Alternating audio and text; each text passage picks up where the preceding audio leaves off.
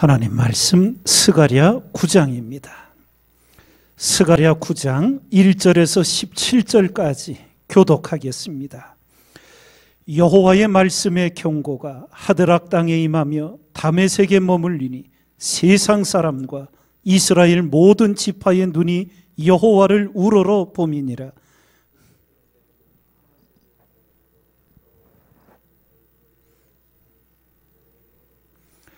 두로는 자기를 위하여 보장을 건축하며 은을 티끌같이 정금을 거리에 진흙같이 쌓았은즉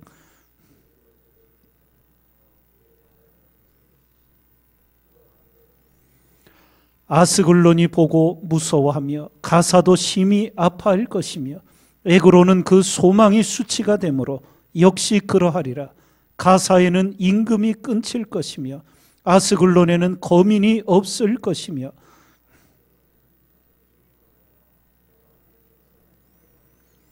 그 입에서 그 피를 그 이 사이에서 그 가증한 것을 제하리니 그도 남아서 우리 하나님께로 돌아와서 유다의 한 두목같이 되겠고 에그로는 여부스 사람같이 되리라.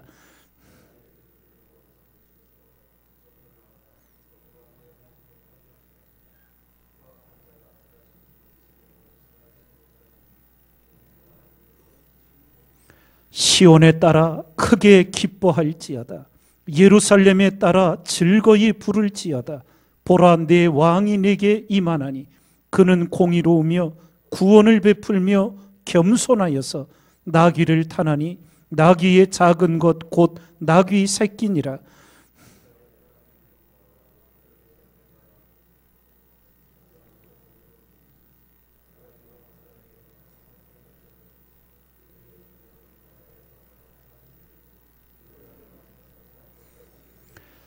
또 너로 말할진대 내 언약의 피를 인하여 내가 너의 갇힌 자들을 물 없는 구덩이에서 놓았나니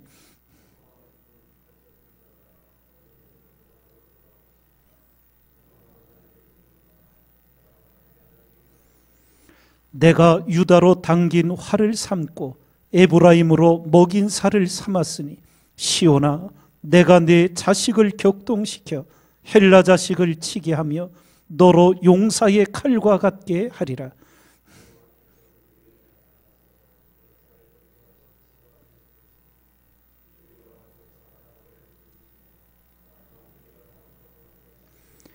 만군의 여호와께서 그들을 호위하시리니 그들이 원수를 삼키며 물맷돌을 밟을 것이며 그들이 피를 마시고 즐거이 부르기를 술 취한 것 같이 할 것인즉 피가 가득한 동이와도 같고 피 묻은 제단 모퉁이와도 같을 것이라.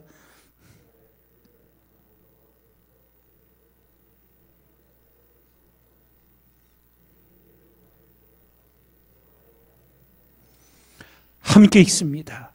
그의 형통함과 그의 아름다움이 어찌 그리 큰지 소녀는 곡식으로 강건하며 처녀는 새 포도주로 그러하리로다.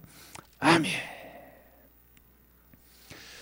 오늘 말씀은 이스라엘 주변 나라들에 대한 하나님의 심판과 함께 후반부에는 메시아 예수 그리스도께서 오셔서 어떤 역사들이 진행되었는지를 예언해 주신 내용입니다.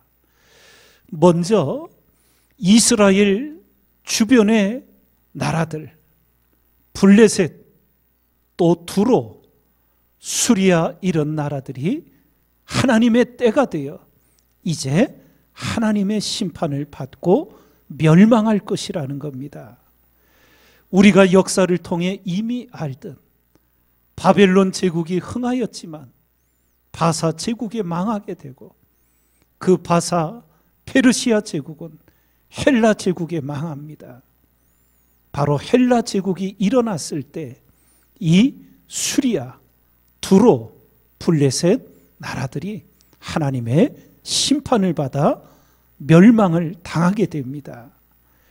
우리가 하나님의 역사와 세계의 역사의 연결점들을 알듯이 하나님은 이제 메시아의 오는 시대에 헬라 제국의 언어, 지금 영어가 세계 공용어가 되었듯이 그 시대에는 헬라어가 세계 공용어가 쓰였습니다. 그래서 신약 성경이 헬라어로 기록이 되어 우리에게 전해지게 됩니다.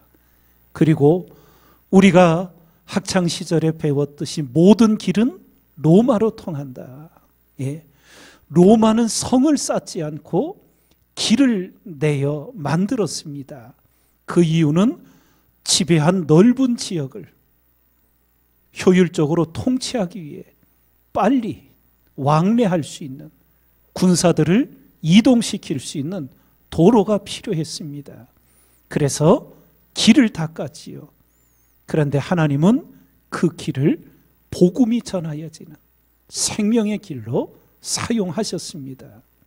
실제로 2차 세계대전 때도 독일이 유럽 전역에 나치를 선전하기 위해 지중해 키프로스 섬에 그 당시로는 제일 높은 라디오 안테나를 설치를 했습니다. 그런데 독일은 망하고 그 유럽 전역에 러시아까지 선전하려고 했던 라디오 안테나 전파국이 2차 세계대전 후에 기독교 단체가 구입을 하여 공산권에 복음을 전하는 그러한 라디오 수신처가 안테나로 쓰여지게 됩니다. 세상 나라는 자기들의 목적을 이루기 위해 하는 것 같지만 온 세계를 주관하시고 통치하시고 다스리시는 분은 하나님이셨습니다. 이제 이러한 일들을 말하여 주는 가운데 스가랴 선지자 때는 이제 미래에 오실 예수 그리스도에 대한 예언이 선포되는데 우리는 이미 복음서를 통하여 이 예언의 말씀이 얼마나 정확하게 이루어졌는지를 알고 있습니다. 먼저 9절을 보면 시온에 따라 크게 기뻐할지어다. 예루살렘에 따라 즐거이 부를지어다. 보라, 내 왕이 내게 임하나니 그는 공의로우며 구원을 베풀며 겸손하여서 나귀를 타나니 나귀의 작은 것 곧 나귀 새끼니라. 예. 예수님께서 십자가를 지시기 위해 예루살렘 성에 입성하실 때 제자들을 베다니 동네에 보내셔서 거기서 나귀 새끼를 끌어오라 보내시지요. 가면서 제자들이 주님께 물었습니다. 주인이 왜 끌고 가느냐 물으면 어찌해야 합니까? 그러자 주님께서 주께서 쓰시겠다 하라. 그러면 보내리라. 예. 그 당시 왕이나 개선장군들은 위풍당당하게 다 흰 말을 타고 입성을 했지요. 대청작 만왕의 왕이신 우리 주님은 그 보잘것없는 작은 나귀, 그것도 한 번도 멍에를 메어보지 않은 이제 막 자라난 나귀 새끼를 타시고 하나님의 토성에 입성을 하십니다. 여기서 겸손하여서 그러셨다고. 여러분과 제가 주님을 사랑하고 주님을 본받아 믿음의 길을 걸어가며 참으로 하나님 앞에서나 사람 앞에 겸손한 그리스도인이 되어야 될 줄 믿습니다. 그러며 11절을 보면 이런 말씀이 예언됩니다. 또 너로 말할진대 내 언약의 피를 인하여 내가 너의 갇힌 자들을 물 없는 구덩이에서 놓았나니. 여기서 언약의 피라는 표현이 나옵니다. 이것은 어떻게 성취됩니까? 주님께서 제자들을 모으시고 세족식을 행하시며 섬김의 도를 가르치신 후에 성만찬을 베푸시지요. 그때 잔을 들어 이렇게 말씀하십니다. 이것은 죄사함을 얻게 하려고 많은 사람을 위하여 흘리는 바 나의 피 곧 언약의 피니라. 예. 메시아에 오셔서 이루시고 행하실 사역들, 예언된 내용 그대로 한 채 오차도 없이 성취된 우리가 말씀을 알고 있습니다. 그러기에 여러분과 저는 아직 이루어지지 않은 약속의 말씀들, 미래의 일들, 성경에 기록된 대로, 예언해 주신 대로 그대로 이루어질 것을 분명히 알고 믿고 확신하며 하나님 만나기를 예비하는 우리 신앙이 되어야 될 줄 믿습니다. 이렇게 예수 그리스도의 오심에 대한 예언이 주어졌고, 한 가지 더 우리가 주목하게 되는 것은 13절에 이런 말씀이 기록됩니다. 내가 유다로 당긴 활을 삼고 에브라임으로 먹인 살을 삼았으니 시온아 내가 내 자식을 격동시켜 헬라 자식을 치게 하며 너로 용사의 칼과 같게 하리라. 이것도 예언이었습니다. 유다의 자식들이 헬라 자식을 친다. 이게 어떻게 이루어졌는가? 헬라 제국의 알렉산더 대왕이 젊은 나이에 병사한 이후에 제국이 네 장군들로 갈라지게 되지요. 그때 이제 갈라진 것이 팔레스타인 가나안 지역을 통치하게 됩니다.